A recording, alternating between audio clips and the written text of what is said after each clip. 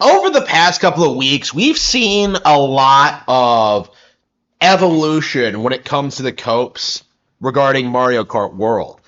First we were told the open world would be empty and the game wouldn't be very good, that it looked like a budget title, that it looked like they rushed it, that it was clearly not as fleshed out as Sonic Kart Cross Worlds.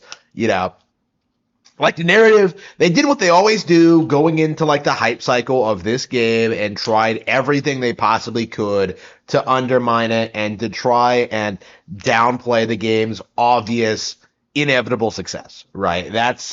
This is why every single time one of these games comes out, people are surprised when the game does well, because we go into every single Nintendo release with this kind of damage control. Right. Early on, we're told that, like, this is going to be the worst game ever, and yet, like, eventually that becomes really obvious that's not actually the case.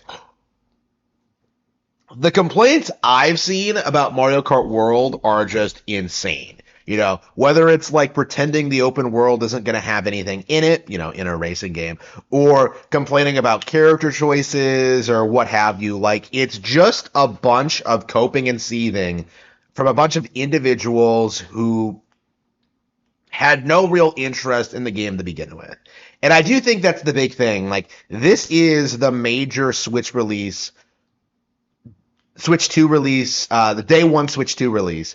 And we are supposed to, like, expect this game to fail, and the console to fail with it, and Nintendo to fail alongside that. Never mind that, like, none of that is actually possible, but the narrative persists in spite of the reality of the situation. That Switch 2 is going to succeed, that Mario Kart World is going to do well, and that Nintendo is going to continue putting out, like, higher and higher quality stuff going forward.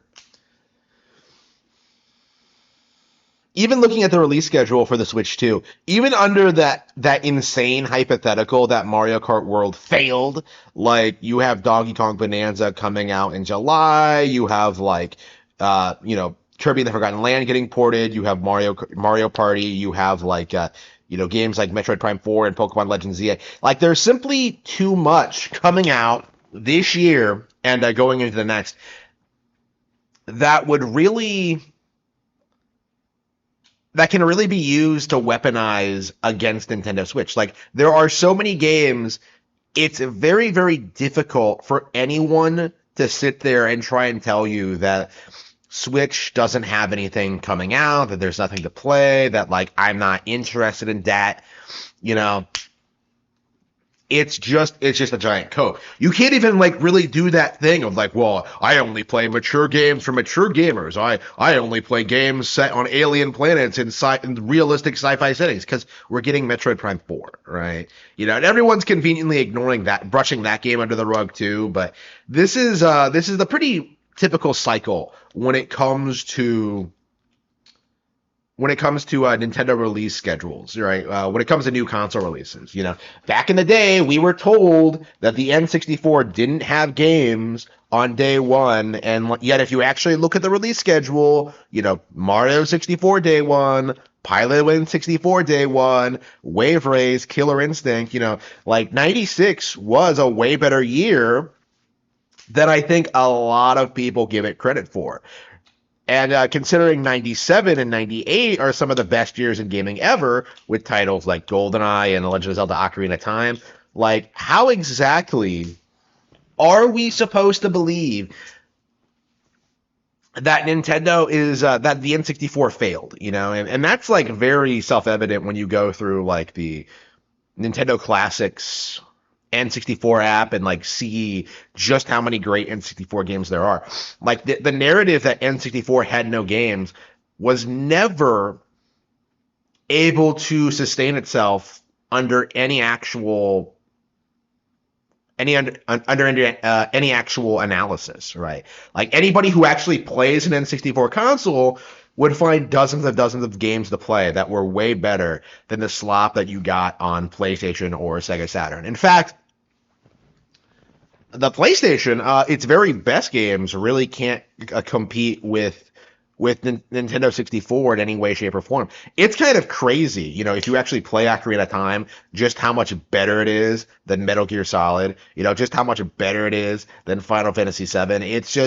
It's just kind of crazy just how much more cutting edge Ocarina was than those games, even if the general industry never admitted it. In fact, we're kind of seeing something similar now with Breath of the Wild. That game's almost a decade old and still considerably more technologically advanced than like any of its competitors, right? The industry won't admit it. They won't acknowledge it at all, but Breath of the Wild is still a cutting edge video game, and Tears of the Kingdom was able to improve on that. So the reality of the situation, is that Mario Kart World is going to be a phenomenally successful racing game, the most successful kart racer on the planet, that will continue doing gangbusters, that will do really, really well. And right now, people are coping and seething about its success because they can't bring themselves to admit that racing has such a dedicated following on Nintendo consoles, because the narrative has always been that real racing games are on PlayStation.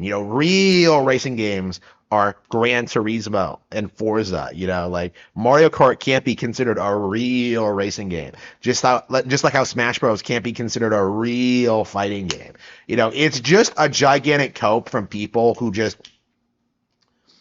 refuse to acknowledge the success and longevity of this brand and the console, and are doing everything they possibly can to downplay this game and everything that Nintendo has tried to accomplish with it. And there are lots of examples of like copes that have come up over the past couple of months, but the most important thing to me is kind of emphasizing going into this that this is what we have seen every console release since the N64 release. This has always been the narrative. Downplaying the launch window titles of games to downplay the hardware, and then continuing to pretend for as long as possible that the Nintendo console doesn't have games. And it's not a sustainable business strategy. It never was. They were doing this during the height of Pokemania, if that tells you like anything about how doomed this strategy was to fail. But the idea that like people are just going to like lose interest in Nintendo consoles because they're just that low quality and people don't like playing them, that is just a complete cope and completely out of touch with reality.